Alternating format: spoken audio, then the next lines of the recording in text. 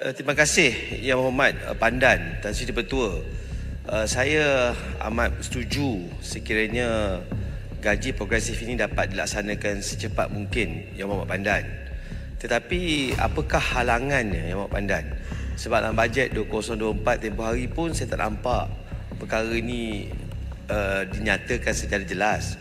Singapura dah buat Yang Berhormat Pandan dan Yang Berhormat Pandan tahu perkara ini. Dan saya nak dapatkan kepastian apakah halangannya dan bilakah kita nak lakukan, sebab sampai bila Yang Berhormat Pandan, selagi kita tak tebalkan poket rakyat, masalah ni akan sampai bila-bila akan berkaitan seperti mana yang dijawab oleh Yang Berhormat Kota Raja sebentar tadi. Terima kasih Pak Pandan.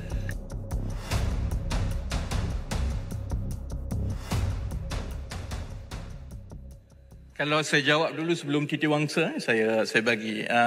Soalan Indra Mahkota tadi tentang ekonomi digital dan tech, itu adalah satu sektor yang seterusnya yang kita akan lancarkan satu sektor blueprint. Saya akan ulas sedikit lagi, dan mengenai gaji progresif, saya akan cerita panjang lebar dalam tempoh 20 minit selepas ini, termasuklah perkara-perkara yang ditimbulkan oleh payah besar tadi. Masa sekarang kalau saya boleh kembali kepada ucapan yang akan menjawab persoalan-persoalan yang telah ditimbulkan ini. Untuk kita mengatasi cabaran-cabaran luaran yang di luar kawalan kita ini, satu strategi kerajaan ialah untuk memberi tumpuan untuk meningkatkan permintaan dalam negeri. Bagi meningkatkan perbelanjaan sektor swasta, kerajaan menyasarkan pelaburan swasta pada harga semasa berkembang sebanyak 8.9%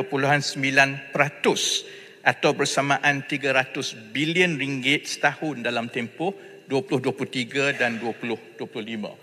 Perkara yang cukup logik dalam keadaan permintaan luaran yang rendah, maka kita juga kena pastikan potensi pelaburan dan perbelanjaan dalaman negara kita ini, terutamanya oleh sektor swasta, itu dipercepatkan untuk kita mengimbangi kesan daripada kelembapan ekonomi global.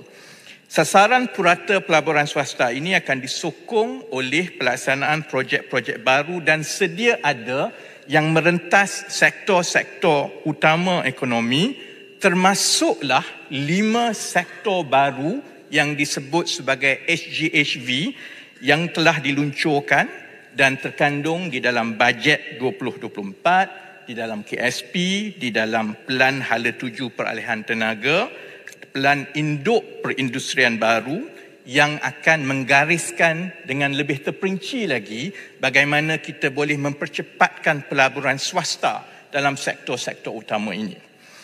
Menyentuh yang dibawa oleh Indra Mahkota mengenai digital dan tech, setakat ini kita telah lancarkan apa yang disebut sebagai dengan izin sectoral blueprint untuk ekonomi berasaskan pelarian tenaga, memperkukuhkan industri kita dengan NIMP 2030. Jadi 2 daripada 5 sektor SGHV itu telah pun ada sectoral blueprint.